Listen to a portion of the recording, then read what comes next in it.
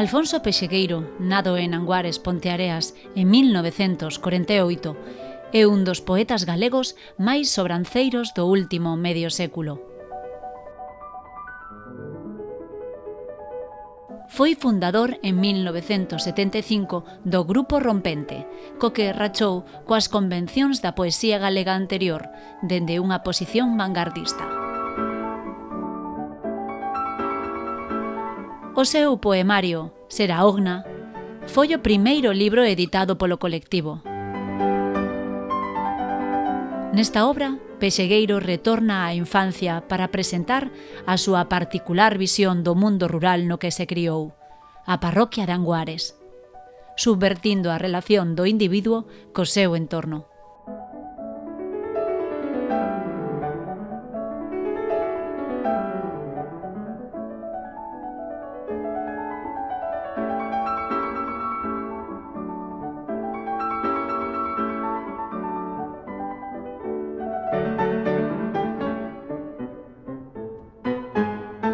Traballou na revista infantil e xuvenil Vagalume. En 1980 participa na creación da Asociación de Escritores en Lingua Galega, da que foi secretario até 1985 e para a que coordinou o primeiro Congreso de Escritores en Lingua Galega, varias xuntanzas do Galeusca, encontro de escritores galegos, vascos e cataláns, así como a revista Escrita. Residiu durante 15 anos en Barcelona, dende onde colaborou en prensa con artigos de opinión e tamén sobre arte e literatura. Ademais de Seraogna, tamén publicou os poemarios Mar e naufraxio, Círculos de auga, O pabellón das hortensias azuis, A illa das mulleres loucas,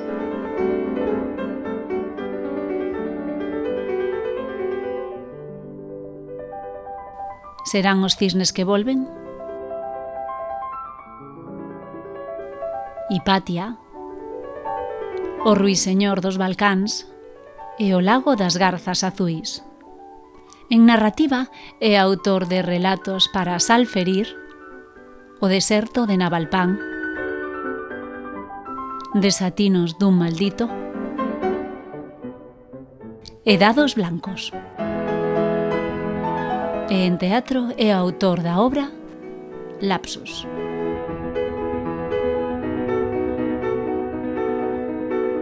En 1978 recibiu o premio da Crítica Galicia por Mar e naufraxio.